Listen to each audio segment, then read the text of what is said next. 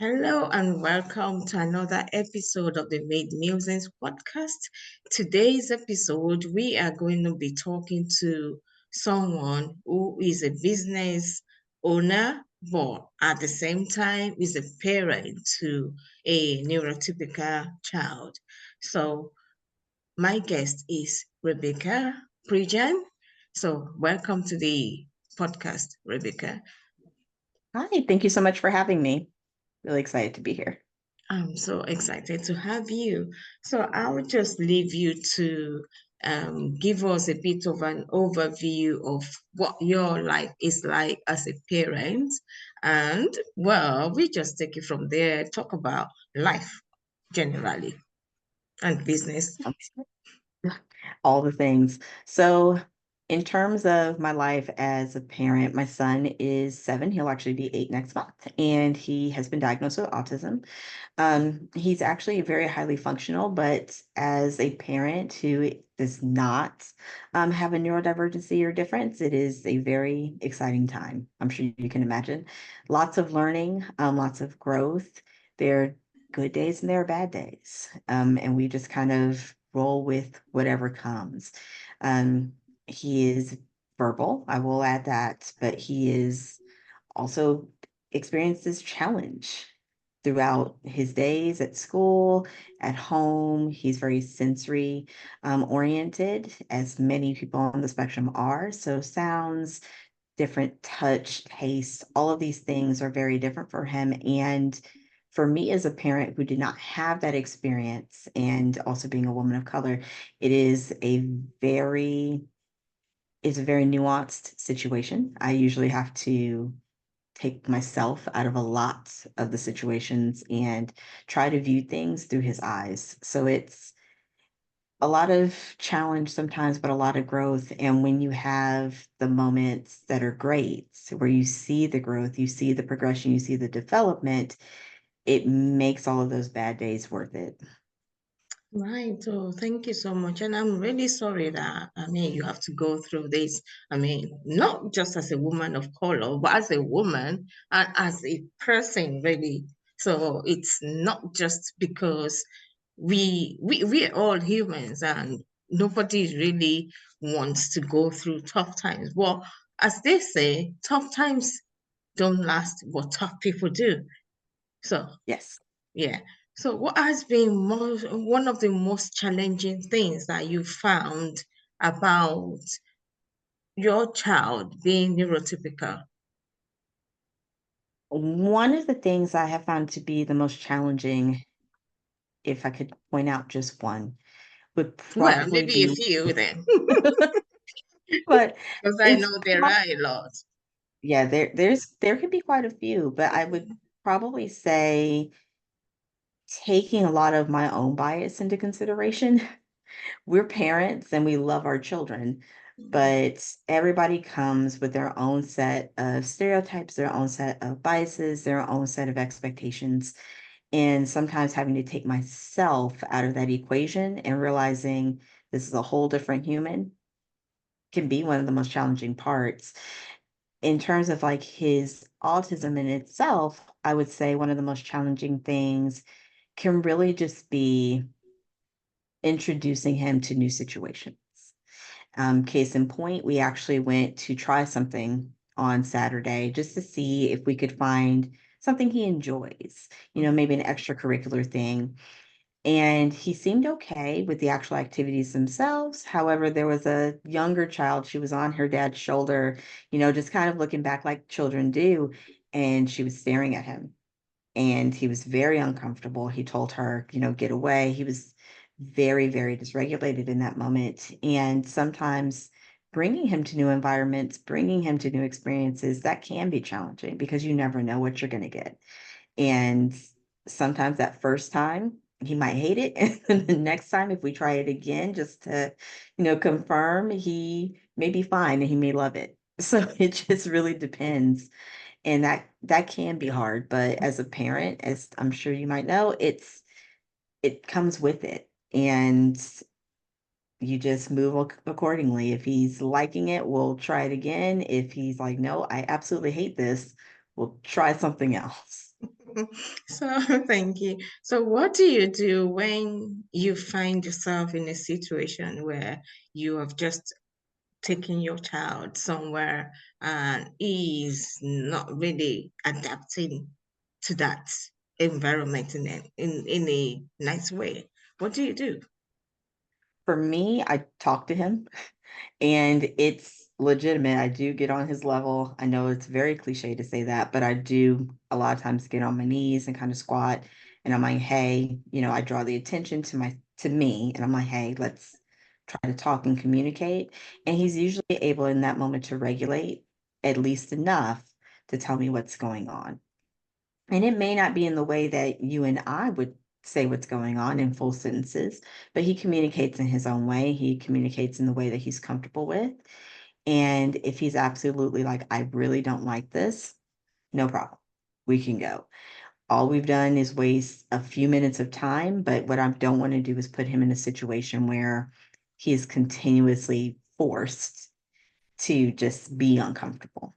Because at that Exactly. point, we have a problem if I'm doing that as a parent. Of course, yes, yeah. I do appreciate that because I know, I mean, having a child trying to communicate what they want versus what you want, they're two different things. So, are there resources that you turn to when you get to that kind of um, corner? I mean, when you find yourself in that situation?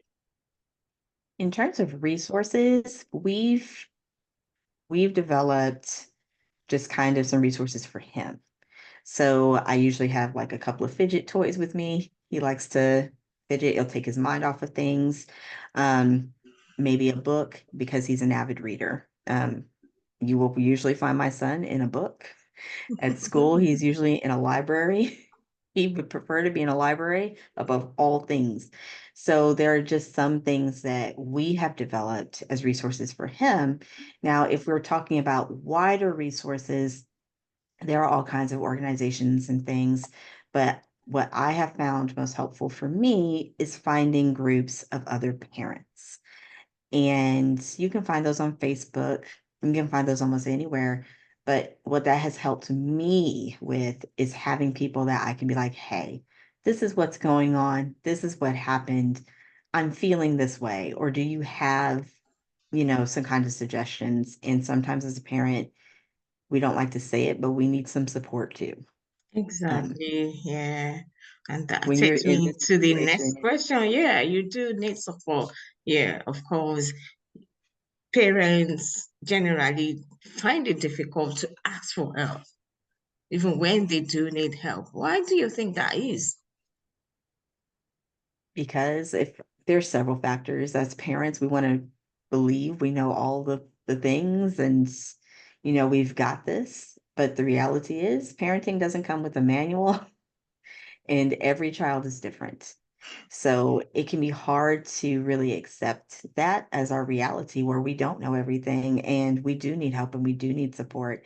I also think it's hard as a parent to say you need support because society, the world makes it seem like if you're asking questions, you must be doing it wrong because innately you should just know how to parent this child that's half Nobody you. knows everything. That's No. exactly, yeah, you can't know everything. That's why Google is really, I mean, functioning and making money now because there's everything you can think of on Google. How, I mean,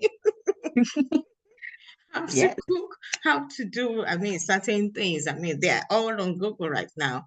And I'm sure, I don't even know, maybe if you ask Google, maybe it would tell you how to be a parent, but I don't know. But I think it's so important to be able to have that support system when you need to talk about how you are feeling. How, I mean, because certainly you get frustrated, you get emotional, Yes. and things really get to you sometimes about your child not adopting, I mean, having difficulties as well. So we, Yes. especially women and people of color, we find it difficult to ask for help. Yeah, we do. And to me, that is an area we really do as people of color, we really do have to start honing in on that and making sure that we are having the conversations that are uncomfortable. At the end of the day, these are things that exist, whether we want to acknowledge them, whether we want to give them a name or recognize them, they exist. And our children of color struggle because at home they're not getting the support that they need. People don't want to recognize, hey, my child is different. And we don't necessarily then go a step further and get the education we need to understand this is a difference. It is not a deficit. It is not something that has to be detrimental. We can absolutely adapt. We can help our children adapt and we can help them become successful. I think that as parents in general, parents like I said, we want to know all the things and we want to believe that we know everything, but we don't. And we have to really start acknowledging that to support these children who, like I said, they're beautiful, wonderfully created human beings. They're just unique and they're different. And we have to help them step into themselves, even with the differences, because they're worth it. Yes, they are. They are. Every child is worth everything, every minute, every Yes. penny, every million, everything that you give, that you have to give. Every child is worth. And so, are there specific ways that your child's conditions have impacted on you physically and emotionally or financially? I mean, absolutely. Physically, I would say not so much. Because he's able to function, he's able to do those things. Emotionally, definitely. There are certainly times where, of course, when he's sleeping and nobody's around, I have those moments of doubt. I have those moments of, am I making the right choices to get him where he needs to go? Am I supporting him enough? And you start to sometimes feel like, well, I'm not. I'm probably not. There's so many more things I could do. I could just be better. And you have to take a step back and say, I'm doing the best I can with the knowledge that I have. If I'm feeling like I'm not doing enough, I can get some more education behind me, but I have to give myself the grace to understand that I'm doing the best that I can with what I have, which is perfectly okay. And then in terms of finances, I mean, yes. He is in occupational therapy. He is in speech therapy. He's in physical therapy.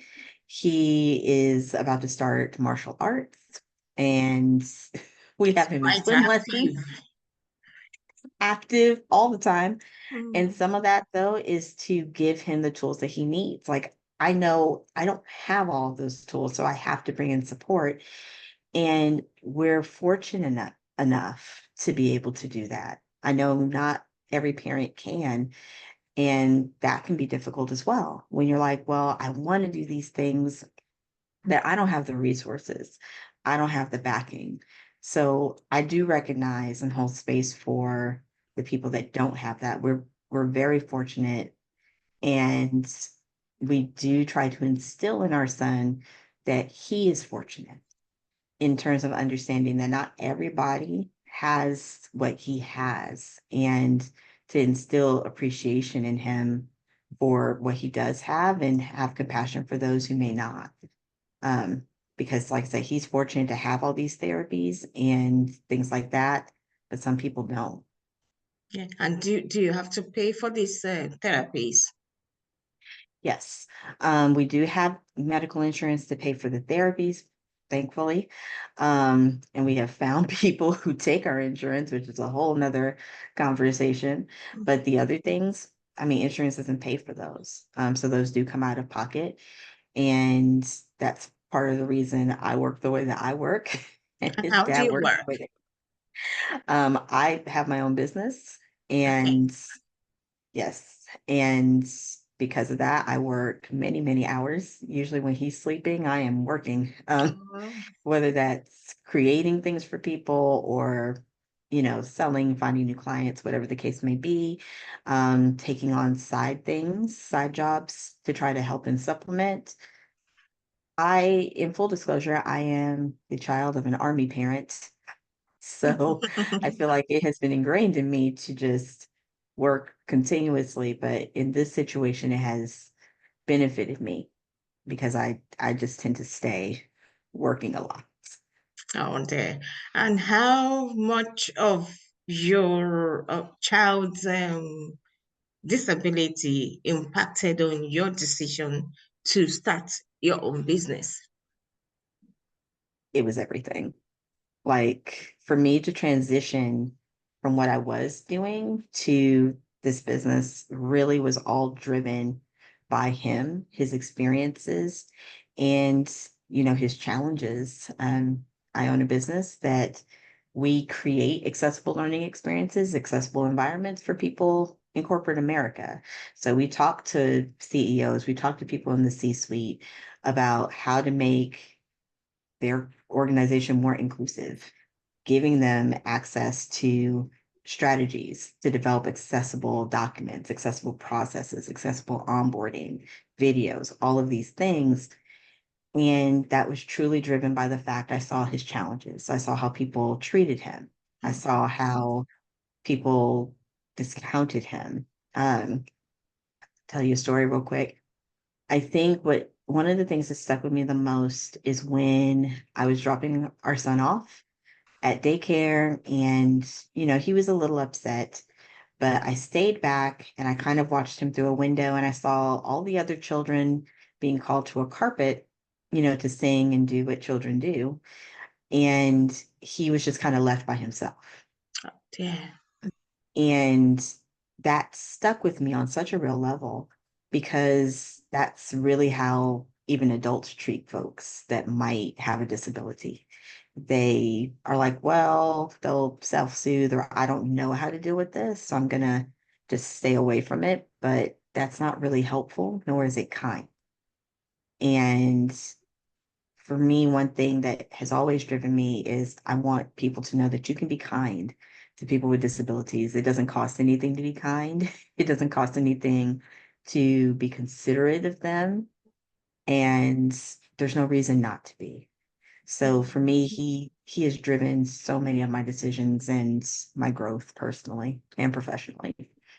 Oh, there. Thank you so much for letting us into that space. So tell me about this business and what are the things that you could advise people who run businesses to regarding people with disability, hiring them and encouraging them to stay in the workplace.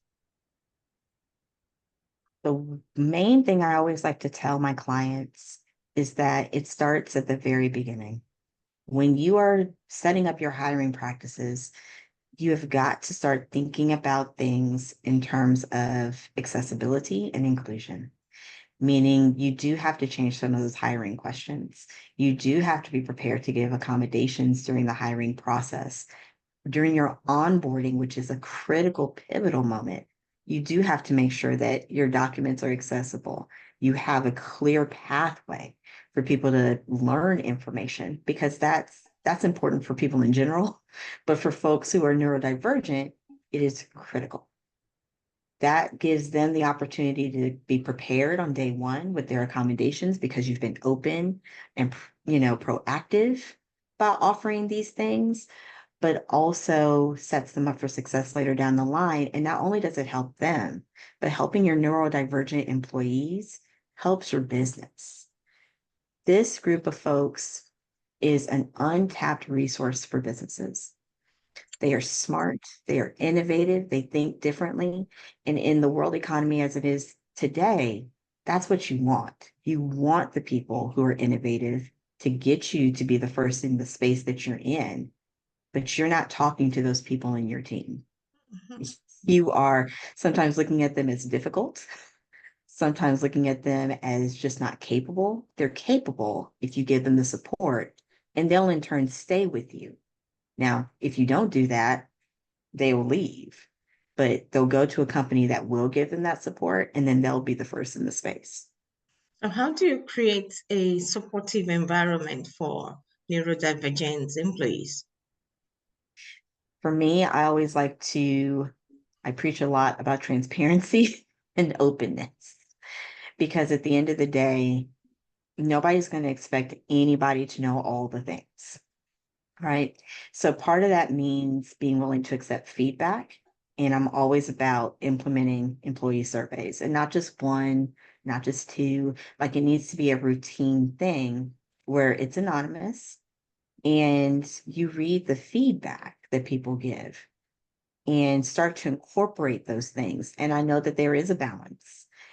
I am very aware that there is a balance between business needs, business objectives, and what neurodivergent people need. There is a balance, but you can only strike that balance if you get the feedback from the folks. And that feedback, starting to see it being incorporated, is what makes it a welcoming environment because people are like, okay, so you're listening to me, you're listening to what I'm saying, and you care enough to start implementing these things. So even though they may not disclose to anybody at the place, and that's fine, and that is valid, and that is okay. They will start to feel more welcome, and that will start to bring out the best in them. Thank you so much for sharing all of that information. And where can listeners find your business? All the places. They can find me on my website, www.ebgc.net. They can also find me on LinkedIn and type in my name, Rebecca Prejean, and it pops right up.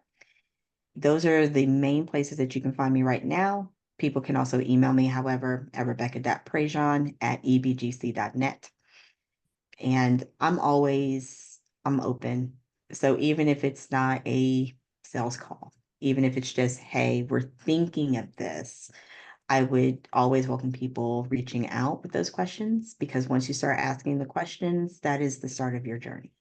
Definitely, yeah.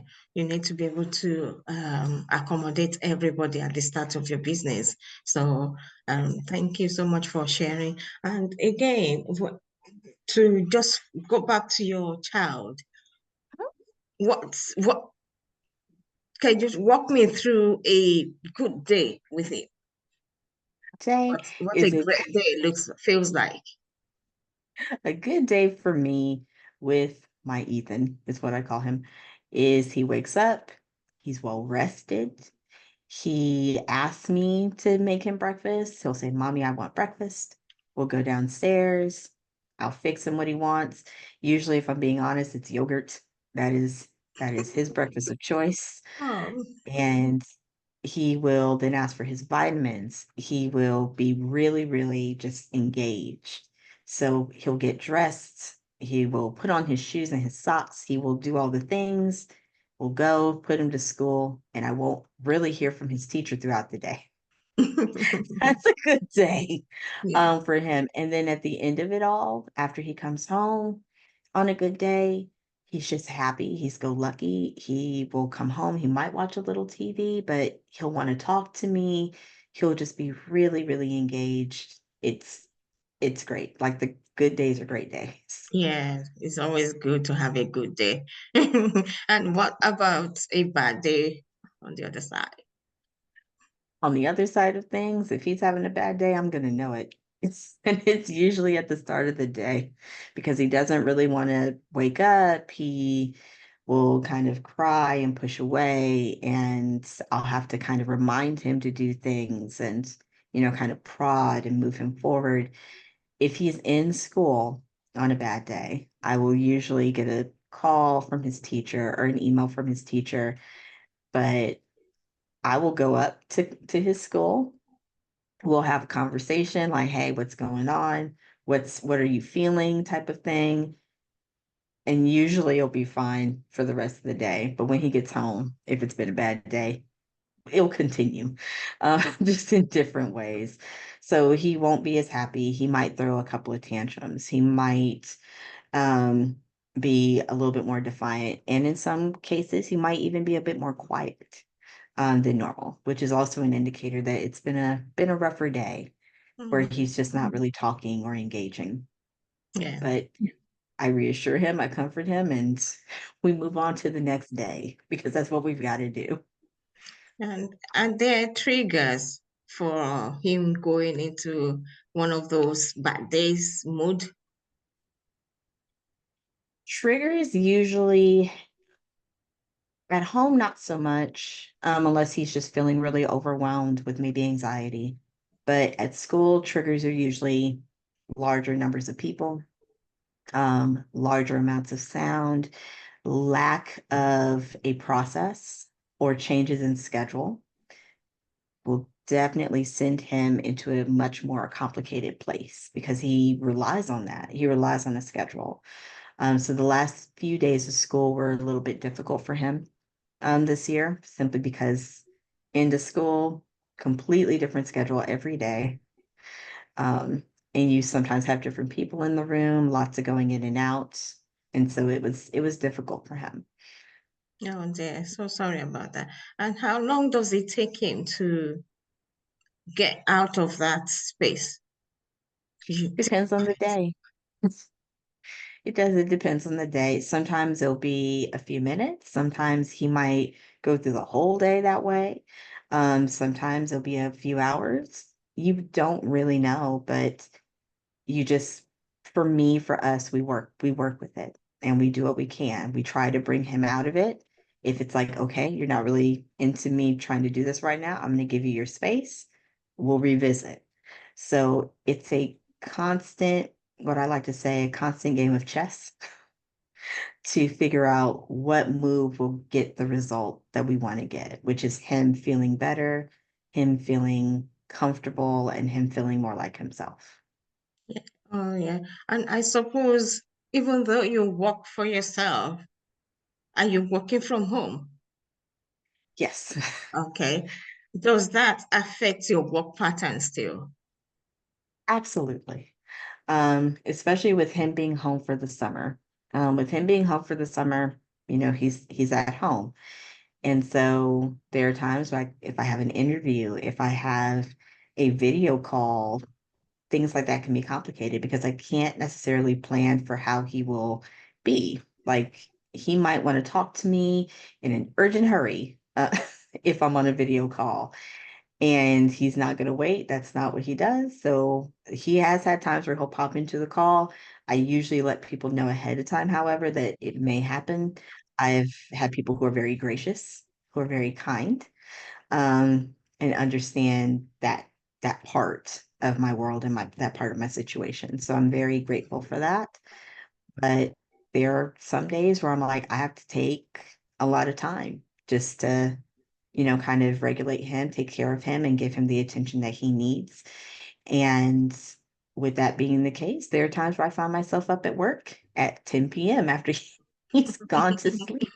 Yeah. So, we just, it really is, it can be a challenge, but I don't look at him as anything more than a blessing. If I'm being honest with you right now, he is a walking miracle because even though he has autism, he was born with a condition called hydrocephalus as well. And when I was pregnant with him, we were told he wouldn't walk, he wouldn't talk, and he would essentially be a living vegetable, Oh is dear. what they told us. And so when I look at how he is now, I can't be anything more than thankful because he walks, he talks, he functions. Like uh, the autistic part is just part of who he is. And we love him because he's an absolute walking miracle. Oh dear. Oh, I'm so grateful to for you to even share that. But it must have been a bit difficult for you, the whole journey, and it's a lot to take in as well, you know, having that information from the medical experts and then him having to go through this. But is, as you say, it's a miracle that is going through everything at his own pace. Yeah, But he's walking, he's talking, he's not a vegetable. So, no. so And people, I mean, this when I think about it, it's like he was discounted from the beginning and he continues to overcome challenges. It Mm. was definitely hard on me during my pregnancy. Obviously, you're having hormones off the wall. And then you get this information. You're just like, oh, this is a lot.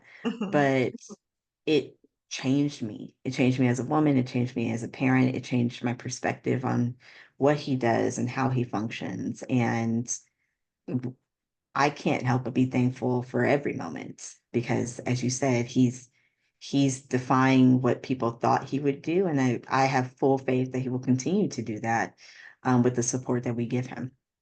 Oh, thank you so much. And what's the best advice you can give to parents who are in similar conditions as you? The best advice I could give, well, there's two pieces, really. Be kind to yourself and just know that you are, even in those hard moments, you are doing what is best for your child. You love your child and you're doing fine. And then the second piece of advice I would give is be patient and be kind to your child.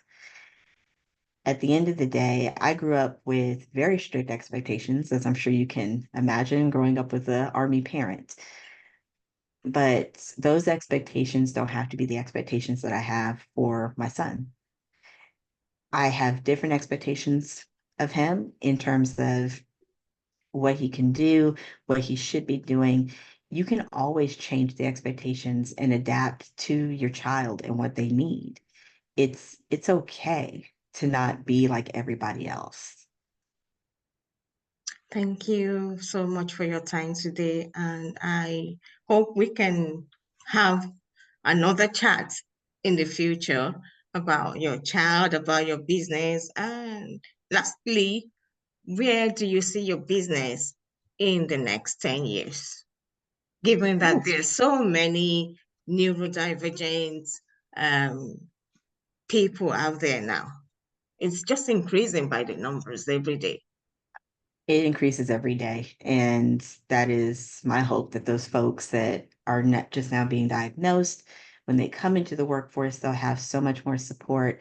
But in the next 10 years, I would like to see us putting on conferences that put this issue front and center. I would like to see us having more workshops. I would like to see us creating credentialing for businesses to actually go through and have accessibility checks and make sure that they are neurodivergent ready, as I like to call it. They're, I mean, I would like for us to really push this thing to the forefront and really help make it a staple. That's where I want to see us in 10 years. Oh, amazing. So thank you so much. So this podcast will be broadcast on all podcast platforms. Please subscribe and listen and share with friends and family. As you've seen and heard from Rebecca today, there are so many ways that businesses can benefit from hiring neurodivergent people. And there are so many ways parents can also help their children who are neurotypical. So one of those is by being kind to yourself. You have to be kind to yourself. Self-care is so important these days. You have to be comfortable with yourself and understand that your own mental health is also going to be impacting your child's mental health as well. So hopefully we'll come back again and have some more talk. So please keep subscribing, keep sharing, and keep listening to Mid Musings podcast. And thank you again. See you again soon.